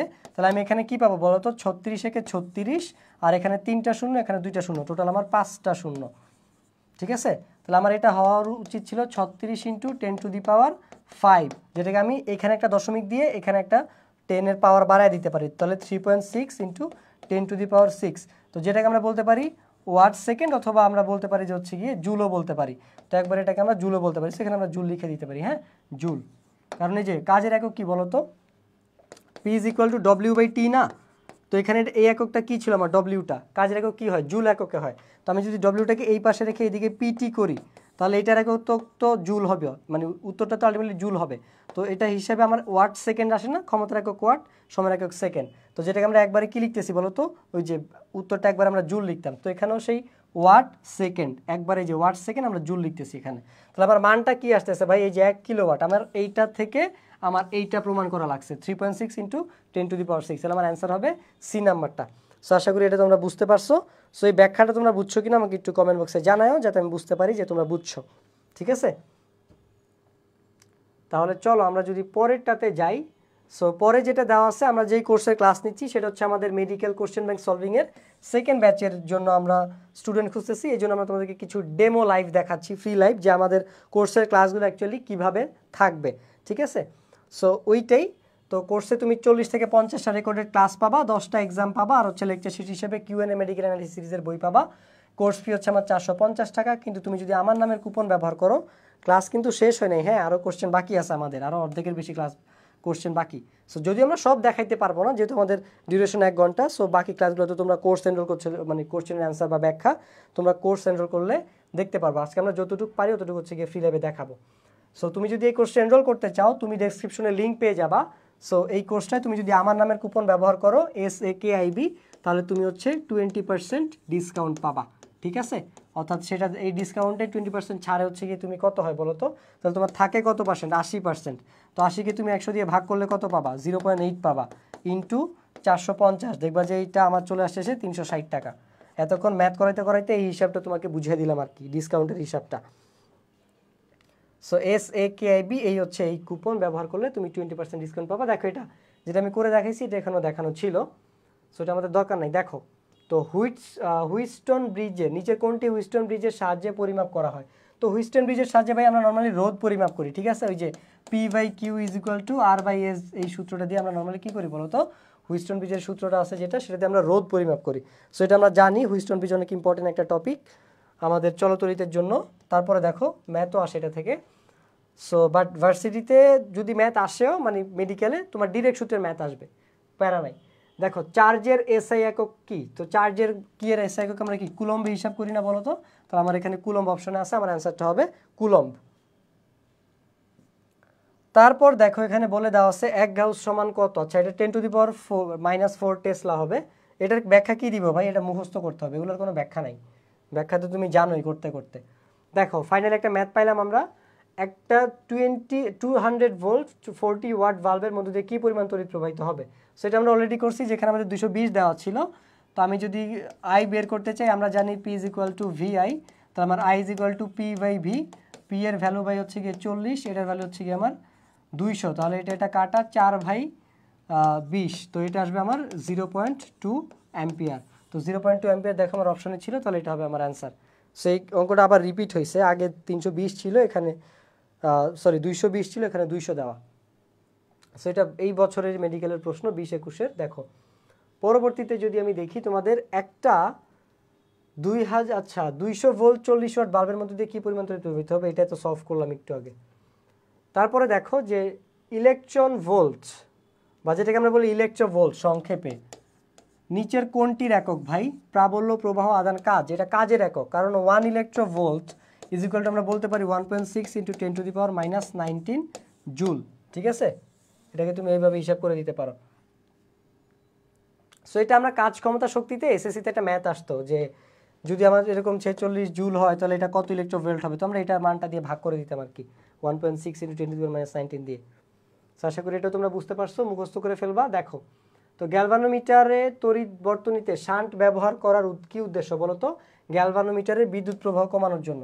তবে আরেকটা জিনিস মাথায় রাখবা যে শান্টটা আমার কিভাবে লাগানো থাকে ওই গ্যালভানোমিটারের সাথে, শ্রেণীতে নাকি সমান্তরালে, এই জিনিসগুলো হচ্ছে তোমরা পড়বা, কারণ প্রশ্ন এই টপিক থেকে আসতেছে, শান্ট থেকে মানে অনেকভাবেই আসতে পারে। কারণ তুমি দেখবা যে বারবার কিছু প্রশ্ন রিপিট হয় কিন্তু ঘুরে ফিরে একটু অন্যভাবে আসে আর কি।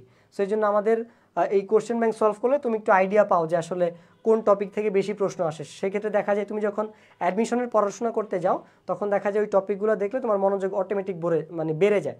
দেখো তুমি যখন পরীক্ষার আগে সাজেশন দেয় স্যাররা, আমরা কিন্তু এই সাজেশনগুলোই পড়ি, কেন? কারণ আমরা জানি এখান থেকে কমন পড়ার চান্স অনেক বেশি। তো এরকম এই কোশ্চেন ব্যাংক সলভ করলে তোমার হচ্ছে এটা সাজেশনের মতোই হয়ে যায়, কারণ তুমি তখন জানতে পারবা যে কোন টপিক থেকে আমার বেশি প্রশ্ন আসবে বা প্রশ্নগুলো কী টাইপে কীভাবে আসবে। এই জন্য আমার হচ্ছে প্রি অ্যাডমিশন কোর্সের অনেক বেনিফিট আছে বা এটার গুরুত্ব অনেক বেশি। সো যারা বুদ্ধিমান তারা হচ্ছে এটা এনরোল করে এখন ক্লাসগুলো অলরেডি করতেছে।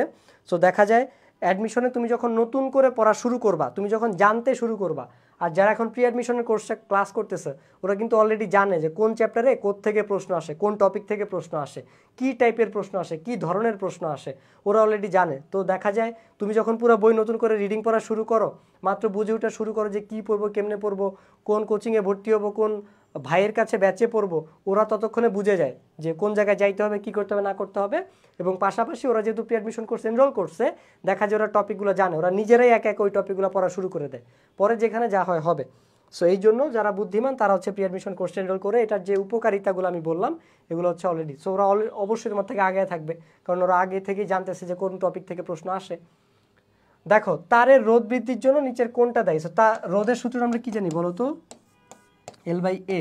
সো এটার সাথে হচ্ছে তারের দৈর্ঘ্য কমে গেলে কি আমার রোধ বৃদ্ধির জন্য কে দায়ী? তো দৈর্ঘ্য বাড়লে আমার হচ্ছে রোধ বাড়বে, কিন্তু দৈর্ঘ্য কমলে তো আমার রোধ বাড়বে না, তাহলে এটা আমার সঠিক না। তারের প্রস্থচ্ছেদের ক্ষেত্রফল বৃদ্ধি পেলে, তো বৃদ্ধি আচ্ছা এটা রো হবে। তো আমি দেখতে পাচ্ছি যে আমার আরটা প্রস্থচ্ছেদের ক্ষেত্রফলের সাথে ব্যস্তানুপাতিক সম্পর্ক, তার মানে আমার ক্ষেত্রফল বাড়লে রোধ কমবে, তাহলে আমার ক্ষেত্রফল যদি বৃদ্ধি পায় রোধ আসলে বৃদ্ধি পাবে না, কমে যাবে, তাহলে এটাও সঠিক না। তারের উষ্ণতা বা তাপমাত্রা বৃদ্ধি পেলে এটা সঠিক, ঠিক আছে, আয়তনের সাথেও আমার সম্পর্ক নাই। তাহলে তারের উষ্ণতা যদি বৃদ্ধি পায় আয়তন বৃদ্ধি পেলেও কমবে, তো উষ্ণতা বৃদ্ধি পেলে হচ্ছে কি আমার রোধটা বৃদ্ধি পাবে তাপমাত্রা বাড়লে। সো আমার সি নাম্বারটা হবে কি আনসার। আশা করি তোমরা এটা বুঝতে পারছো, ঠিক আছে। তাহলে চলো আমরা পরের প্রশ্নটা দেখি যে নিচের কোন যন্ত্রের সাহায্যে ছোট মানের রোধ ও বিদ্যুৎ চালক শক্তি নির্ণয় করতে? আমরা দেখছি যে পটেনশিওমিটার দিয়ে, এটা শুরুতেও ছিল। তারপরে দেখো এগুলো মুখস্থ জিনিস ভাই, এগুলো আর কিছু না। তারের আপেক্ষিক রোধ নির্ণয়ে কোন যন্ত্রটি ব্যবহার করা হয়? এটা হচ্ছে গিয়ে মিটার ব্রিজ ব্যবহার করা হয়, ঠিক আছে। তুমি বই ঠিকঠাক মতো রিডিং পড়লে এটা হচ্ছে গিয়ে তোমার জানা থাকবে। সো আমরা বলে দিছি অবশ্য বই তুমি কিভাবে রিডিং পড়বা, কিভাবে কি করতে হবে। কোর্সে যেহেতু ফিজিক্স ক্লাসগুলো আমি নিছি, তো আমি সেক্ষেত্রে অ্যাকচুয়ালি সব কিছু তোমাকে ওইভাবে বলে দিছি আসলে কিভাবে তোমার মেডিকেলের জন্য ফিজিক্সটা পড়তে হবে, কিভাবে কার বই কোন নোট কিভাবে কি পড়তে হবে ওগুলো আমি কোর্সের ক্লাসে সব বলে দিছি। দেখো কোনো একদিন সুযোগ হলে তোমাদেরও বলে দিব। কোন এককের সংকেতটা সঠিক? চার্জের একক কি ভাই ওয়াট? না, চার্জের একক কি বলো তো? কুলম্ব। তড়িৎ প্রবাহের একক অ্যাম্পিয়ার, এটা ঠিক আছে। বিভবের একক কি বলো তো? বিভবের একক হচ্ছে কি আমার, বিভবের একক হচ্ছে এটা ভুল দেওয়া, ভোল্ট হবে, এটা ঠিক আছে। তড়িৎ রাসায়নিক তুল্যাঙ্কের এককটাও ভুল দেওয়া আছে, তাহলে আমার এখানে সঠিক হচ্ছে তড়িৎ প্রবাহের এককটা। তাহলে আমার কাছে সংকেত সঠিক কোনটা সেটা জানতে চাইছে, তাহলে আমার আনসার হবে বি, কারণ তড়িৎ প্রবাহের একক অ্যাম্পিয়ার, এটা সঠিক দেওয়া আছে। তারপরে দেখো এখানে কি দেওয়া আছে, যে একটা এনার্জি বাল্বের গায়ে এটা লেখা আছে বাল্বটার ভিতর দিয়ে তড়িৎ প্রবাহ কত হবে। সো চলো তড়িৎ প্রবাহ আমরা বের করি। যে আমার পি দেওয়া আছে কত বলো তো? আচ্ছা, বি দেওয়া আছে 220 ভোল্ট আর পি দেওয়া আছে হচ্ছে আমাদের 20 ওয়াট। এই সূত্র দিয়ে এটা আমাদের থার্ড ম্যাথ, আমরা 3 নাম্বার ম্যাথ করতেছি। তাহলে দেখো তুমি যে এটা অ্যাডমিশনে গিয়ে যখন কোশ্চেন ব্যাংক সলভ করবা তখন হচ্ছে গিয়ে জানবা। আর তোমার ফ্রেন্ড যে প্রি অ্যাডমিশন কোর্সটা করতেছে মেডিকেলের, ও কিন্তু আগে থেকেই জানে যে এই সূত্র দিয়ে বা আমার এই ক্ষমতা সূত্রগুলো দিয়ে ম্যাথ আসে। তো ও আগে থেকেই সূত্রগুলো মুখস্থ করে রাখবে। পরে তুমি লাস্ট মোমেন্টে 3 মাসের মধ্যে মুখস্থ করতে গিয়ে দেখবা যাবে যে তোমার ভুলে গেছো পরীক্ষার হলে। আর ও যেহেতু অনেক আগে থেকে মুখস্থ করতেছে, ও প্র্যাকটিস করতে করতে দেখবা যে ও ভুলতেছে না, এই জন্য ও পারতেছে, তুমি পারতেছো না। তাহলে আমাদের আই বের করতে হবে, তাই তো? তড়িৎ প্রবাহ কত? তাহলে আমি যদি আই বের করতে চাই তাহলে এটা হবে পি বাই ভি। ভিটা এদিকে চলে আসলে আইটা এখানে একা থাকে। তাহলে পিটা কত দেওয়া ছিল ভাই? 20 দেওয়া ছিল, এটা হচ্ছে আমার 220 দেওয়া। তাহলে আমি যদি কাটাকাটি করি, দেখো এই শূন্য কাটা, 2 দিয়ে 22কে কাটলে 11 আসবে। তাহলে আমার 1/11 আসে এইটা, তাহলে 1/11 অ্যাম্পিয়ার হবে। তো এই যে 1/11 অ্যাম্পিয়ার, এটা হবে আমার কারেক্ট অ্যান্সার। সো আশা করি এটা বুঝতে পারছো। তাহলে কই আমার সৈনিকরা কই, বলো তোমরা এটা বুঝছো কিনা? ব্যাখ্যাটা ইজি ছিল। সো এই হচ্ছে কি আমার অ্যান্সার। তাহলে দেখো এখানে কোন বর্তনীর অজানা রোধ নির্ণয়ের জন্য কোন যন্ত্রটি ব্যবহার করা হয় ভাই? পোস্ট অফিস বক্স ব্যবহার করা হয়। ঠিক আছে, পোস্ট অফিসে চিঠি পাঠানোর জন্য। এটা পোস্ট অফিস বক্স হচ্ছে আমার অজানা রোধ নির্ণয়ের জন্য। তারপরে দেখো একটা তারের দৈর্ঘ্য দ্বিগুণ করা হলে রোধ কি হবে? তো এটা আমরা অলরেডি তোমাকে দেখাইছি, আর ইজ ইকুয়াল টু আমার রো এল বাই এ। তাহলে ভাই আমি আর এল এর দিকে যদি একটু তাকাই, তাহলে কি দেখো তো সমানুপাতিক সম্পর্ক না? তার মানে আমি যদি দৈর্ঘ্য দ্বিগুণ করি তাহলে আমার আরও তো কি হবে বলো তো? দ্বিগুণ হবে না? তাহলে আমার রোধ কি হবে বলো তো? রোধ হবে দ্বিগুণ, কারণ তাদের মধ্যে সমানুপাতিক সম্পর্ক। তাহলে দৈর্ঘ্য দ্বিগুণ হলে আমার রোধও দ্বিগুণ হবে। সো আশা করি ব্যাখ্যাটা তোমরা বুঝতে পারছো। তাহলে চলো আমরা পরের প্রশ্নটা সলভ করি। পরে কি দেওয়া আছে এখানে? আচ্ছা, একটা 220 ভোল্টের হিটার এবং 110 ভোল্টে চালালে উৎপাদিত তাপের পরিমাণ কি অর্ধেক হবে না কত গুণ হবে সেটা জানতে চাইছে। তো আমরা এটা এই সূত্র দিয়ে করবো, H = v²/r। ঠিক আছে, কেন ভাই এই সূত্র দিয়ে করব? কারণ আমাকে এখানে বিভবটা দেওয়া আছে। তো H = v²/r, এই হচ্ছে আমার ফর্মুলা। তাহলে আমরা এই ফর্মুলা দিয়ে ম্যাথটা করি। ফার্স্টে দেওয়া আছে আমার ফার্স্ট আমরা H1 বের করি 220 এর ক্ষেত্রে। H1 = আমার 220 আর হচ্ছে গিয়ে এটা কি হবে বলো তো? আর নিচে, তাহলে 220 স্কয়ার।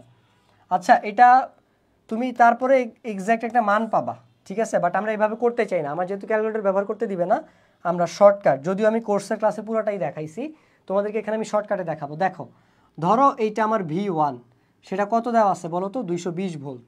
তো V1 220 দেওয়া আছে। তো ধরো এটা আমার V2, এটা কত দেওয়া আছে ভাই? এটা দেওয়া আছে আমার 110, মানে এইটার অর্ধেক দেওয়া আছে। তার মানে আমি বলতে পারি V2 = V1/2, কারণ তুমি V1কে মানে এই যে 220কে 2 দিয়ে ভাগ দিলে 110 পাবা। তার মানে আমি V2 = V1/2 বলতে পারি। ঠিক আছে, কারো কোনো কোশ্চেন আসে কিনা দেখে নেই। ওকে, নাই। তারপরে দেখো এখানে আমার দেওয়া আছে যে H1 = V1²/r হবে। কোন সূত্র ভাই? আমি তো শুরুতেই বলছি যে আমি H = V²/r, এই সূত্র দিয়ে হচ্ছে গিয়ে ম্যাথটা করবো। তাহলে আমি যদি H1-এ এটা আমি পাইলাম, বসাইলাম, ঠিক আছে। এবার H2 এর ক্ষেত্রে কি হবে ভাই? V2²/r। এখন আমার V2 এর মান কত ভাই? আমি এখানে করি। V2 এর মান কত দেখো তো? V1/2 না? V1/2² / r। তাহলে এটা হবে আমার V1² / 4/r, এটা হচ্ছে আমার H2। তো আমি যদি এটাকে লিখি যে H2 = আচ্ছা এখানে পাশে লিখি, সমস্যা নেই। এটাকে যদি ভেঙে লিখি H2 = এই 4টা নিচে চলে যাবে, তাহলে কি থাকবে? V² / আমার 4r। তাহলে আমরা এখন যেটা করব সেটা হচ্ছে আমরা H1 আর H2 এর অনুপাত বের করব, ঠিক আছে। তাহলে H1 H2 এর অনুপাত বের করলে দেখো তো এখানে কি হবে? H1টা কি ছিল আমার? V1²/, আচ্ছা এটা V1 হবে এখানে, এটা ঠিক আছে। তাহলে এটা ছিল আমার V1² / r, এটা হবে আমার V1² / 4r। তাহলে আমি যদি এটাকে উল্টা করে দেই যে v1 square divided by R into এটা দেখো 4rটা উপর উঠে যাবে 4r ডিভাইডেড বাই হচ্ছে কি আমার কি থাকতেছে v1 স্কোয়ার। তাহলে আচ্ছা v1 স্কোয়ার, তাহলে আমার এই v1 স্কোয়ার কাটা এই আর কাটা, তাহলে আমার এটা থাকতেছে 4। তাহলে h1 divided by h2 is equal to 4। আমি যদি উল্টা করে দেই h2 ডিভাইডেড বাই h1 তাহলে হবে আমার 1/4। তাহলে আমি যদি এখন h2 বের করতে চাই এখান থেকে, তাহলে h2 is equal two 1/4 of h1। তাহলে h2টা কত হলো বলো তো? আমি যখন 110 করে দিলাম, অর্থাৎ যখন h2 তো আমি হচ্ছে কি অর্ধেক করে দিছি, তো যখন আমি অর্ধেক করে দিলাম তাহলে আমার উৎপাদিত তাপটা মানে হিটটা আমার আগের হিটের 1/4 হয়ে গেছে। তাহলে আমার 1/4 গুণ হবে। আশা করি তোমরা ব্যাখ্যাটা বুঝতে পারছো। না বুঝতে পারলে আমাকে বইলো, দেখো এখানে দেওয়া আছে, আমি স্টিল এখানে সব কিছু দেওয়া আছে, তোমরা একটু দেখো যে বুঝছো কিনা, তারপর আমাকে কমেন্ট বক্সে জানাও যে ভাই বুঝছি। ওকে, তাহলে চলো আমরা পরেরটাতে যাই। ওকে, সো যেটা বললাম যে আমাদের মেডিকেল কোশ্চেন ব্যাংক সলভের যে কোর্সটা আছে এটাতে তুমি 40 থেকে 50টা লাইভ ক্লাস পাবা। এখানে আমরা তোমাকে ফিজিক্সের যে কোশ্চেনগুলো আসে মেডিকেলে বিগত বছরে সেগুলো ব্যাখ্যা সহকারে আজকে যেভাবে তোমাকে ভেঙে চুরে দেখাচ্ছি, রেকর্ডের ক্লাসে ওইভাবে আমি ক্লাসগুলো নিছি ভেঙে চুরে। তাহলে এই ব্যাখ্যা দিয়ে তুমি হচ্ছে কি ওই কোশ্চেনগুলো জানতে পারবা। তাহলে তোমার এখানে লাভটা কি ভাই এই কোর্স এনরোল করে? সেটা হচ্ছে কি আমার এই যে আমি কোন টপিক থেকে বেশি প্রশ্ন আসে, আবার ফিজিক্স কীভাবে পড়তে হবে মেডিকেল প্রিপারেশনের জন্য সেটা হচ্ছে আমি জানতে পারবো। সো তুমি যদি এই 450 টাকা কোর্স এনরোল করতে চাও, উপরে ডেসক্রিপশনে তুমি লিঙ্ক পাবা। আর তুমি আমার নামের কুপন ব্যবহার করলে হালকেনসেন শুধু এটা না যে কোনো কোর্সে তুমি 20% ডিসকাউন্ট পাবা। তো আশা করি তুমি হচ্ছে গিয়ে ডেসক্রিপশন থেকে কোর্স এনরোল করে নিবা। সো এই যে এই সূত্র দিয়ে ম্যাচটা করছি এটা এখানে দেওয়া আছে। তো ফিউজ তারের বৈশিষ্ট্য কি ভাই? কম রোধ কম গলনাঙ্ক। শেষ, এটা আমরা ছোটোবেলা থেকে জানি, ফিউজ নিয়ে পড়াশোনা। প্রস্থচ্ছেদের ক্ষেত্রফল দ্বিগুণ করা হলে রোধ কি পরিমাণ হবে? তো আমি যদি রোধের সূত্রটা দেখাই, আর সমানুপাতিক 1/a না, মানে মেইন সূত্রটা কি r is equal to rho l/a। তাহলে আমার a আর r এর সম্পর্কটা কি? ব্যস্তানুপাতিক। তাহলে আমি যদি রোধ প্রস্থচ্ছেদের ক্ষেত্রফল দ্বিগুণ করে দেই, এই যে দেখো যদি দ্বিগুণ করে দেই আমার ক্ষেত্রফল দ্বিগুণ হয়েছে ভাই, কিন্তু আমার রোধ কি হয়ে গেছে দেখো তো, রোধের দিকে তাকে এরকম হয়ে গেছে না, 1/2 × 1/a। তার মানে আমার রোধটা কিন্তু আলটিমেটলি কি হয়ে গেল? আমি যদি এই যে এটাকে যদি r2 ডিফাইন করি তাহলে এটা হয়ে যাবে আমার 1/2 × r1। তাহলে আগের থেকে কিন্তু অর্ধেক হয়ে গেছে, তাহলে এটা আমার অর্ধেক হবে। ঠিক আছে, কারণ ব্যস্তানুপাতিক সম্পর্ক, দ্বিগুণ করলে অর্ধেক হবে, 3 গুণ করলে 1/3 হবে, 1/3 হবে, 4 গুণ করলে 1/4 হবে, 1/4 হবে, এরকম হবে। কারণ কি ভাই? কারণ হচ্ছে গিয়ে ব্যস্তানুপাতিক সম্পর্ক। এবার চলো আমরা পরের কোশ্চেনে যাই, যেখানে দেওয়া আছে 250 ভোল্ট সম্পন্ন বিদ্যুৎ লাইনের সাথে সংযুক্ত একটা হিটারের কাজ করতে হলে 8 অ্যাম্পিয়ার প্রয়োজনের শক্তি কত? তো আমরা কি জানি ভাই শক্তি পি বা ক্ষমতা P equal to VI। So এই দেখো এটা হচ্ছে আমাদের চতুর্থ ম্যাথ সম্ভবত, বা পঞ্চম ম্যাথ হইতে পারে, আমি ঠিক শিওর না। 4 নম্বর এই সেম সূত্র দিয়ে 250 দেওয়া আছে, 250 বসাইলাম, 8 অ্যাম্পিয়ার দেওয়া আছে ভাই, এখানে 8 বসাইলাম। তাহলে 8 এ 0 0, 5 8 40 0 হাতে আছে 4, 8 2 16 আর 4 এ 20, তাহলে 2000 ওয়াট। কিলোওয়াটে নিলে 2 কিলো, মানে 2 কিলোওয়াট, যেহেতু আমরা পি বের করতেছি। তাহলে আমার এখানে কি কিলোওয়াটে 1.5 দেওয়া আছে। আচ্ছা কিলোওয়াটে এখানে 2 কিলোওয়াট দেওয়া নেই, কিন্তু 2000 ওয়াট দেওয়া আছে। তাহলে আমার 2000 ওয়াট হবে গিয়ে আনসার। বুঝছো কিনা একটু দেখো, ঠিক আছে? আচ্ছা একজন লিখছে যে হুম বুঝছি, ওকে। তাহলে চলো আমরা পরেরটা দেখি। কোনো পরিবাহীর রোধ কিসের উপর ডিপেন্ড করে না বা নির্ভরশীল নয়? তো এটা চাপের উপর নির্ভরশীল নয়, ঠিক আছে? চাপের উপর নির্ভরশীল নয়। রোধের ওই পড়াশোনা পড়তে গেলে তুমি জানবা যে চাপের সাথে আসলে রোধের কোনো সম্পর্ক নেই। তো এটা কি ভাই? গ্যালভানোর যন্ত্রের সাহায্যে কোনো বর্তনীর তড়িৎ প্রবাহের কি নির্ণয় করা যায়? অস্তিত্ব ও পরিমাণ নির্ণয় করা যায়। আমি একদম চলতড়িতের একদম প্রথম প্রশ্নটাতে তোমাকে এটা বলেই দিছিলাম। তারপরে দেখো যে দুই প্রান্তে তাপমাত্রার পার্থক্য আছে এমন পরিবাহীর মধ্য দিয়ে তড়িৎ প্রবাহিত হলে তাপের শোষণ বা উদ্ভব হয়, এই ঘটনাকে কি বলা হয়? এই ঘটনাকে থমসন ক্রিয়া বলা হয়। ভাই তোমার বইয়ে যে থমসন ক্রিয়া দেওয়া আছে, তো ওইখানে হচ্ছে কি তুমি এটা জানতে পারবে। সো থমসনের ইয়াটাই হচ্ছে এখানে তুলে দিছে, সেটা থমসন হবে থমসন ক্রিয়া। 1 জুল সমান কত ক্যালোরি? 1 জুল সমান হচ্ছে গিয়ে 0.24 ক্যালোরি আর কি, ঠিক আছে? যে এইটা হবে যে 1 জুল সমান 0.24 ক্যালোরি। উল্টাটাও আসে যে 1 ক্যালোরি সমান কত জুল, সেটা হচ্ছে কি আমার 4.2 জুল, ঠিক আছে? এইটাও আসে, এটাও আসে। সো আমার এখানে এটা চাইছে, তাহলে আমার এটা অ্যান্সার হবে। সো আশা করি তোমরা এটা বুঝতে পারছো। দেখো এখানে কি বলছে,